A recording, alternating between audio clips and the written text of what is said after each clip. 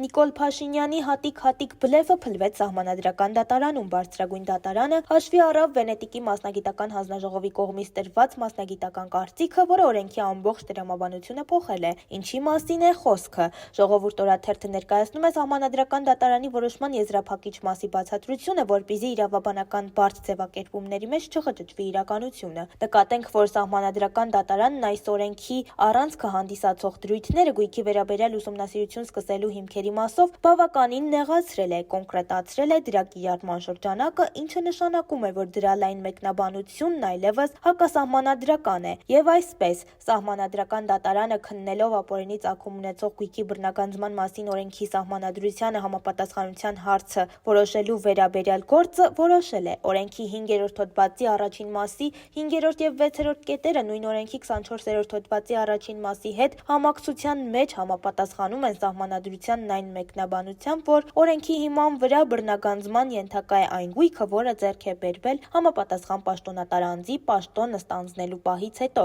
Սա նշանակում է, որ նախկին կամ ներկա պաշտոնյաների ունեցվածքը ամբողջությամբ չի կարող թիրախավորել Նիկոլ Փաշինյանը, ինչպես այսօր է։ Իրավապահները կարող են քննել միայն պաշտոնյայի պաշտոն զբաղեցնելու ժամանակ ձեռք բերված գույքը։ Դրանից առաջ և հետո ձեռք բերված գույքը չի կարող ապօրինի համարվել։ Օրենքի 5-րդ հոդվածի առաջին մասի առաջինից 4-րդ կետերը նույն օրենքի 24-րդ հոդվածի առաջին մասի հետ համակցության մեջ համապատասխանում են Սահմանադրությանն այն մեկնաբանությամբ, որ բռնագանձման ենթակա է այն գույքը, որը կապ ունի համապատասխան հանցանքի հետ։ Օրենքի դիմողի կողմից վիճարկվող մնացած դրույթները դրանց վերաբերյալ ներկայացված հիմնավորումների շրջանակում Սահմանադրությանը համապատասխանության վերացական ստուգման արդյունքներով համապատասխանում են Սահմանադրությանը։ Սահմանադրության 170-րդ հոդվածի 2-րդ մասի համաձայն սույն որոշումը վերջնական է և ուժի մեջ է մտնում հրապարակման պահից։ Այս դրույթը նշանակում է, որ պաշտոնյան իր պաշտոնավարման օրոք, եթե հանցավոր ճանապարհով որևէ գույք է ձեռք բերել, պետք է գույքի հետ հանցանքը կապ ունենա, որ հնարավոր լինի այն համարել ապօրինի։ Հակառակ դեպքում հնարավոր չէ մարդուն մեղադրել ապօրինի գույք ունենալու մեջ, օրինակ աչքաչափով, օդում կախված լուրերով կամ քաղաքական հրահանգով։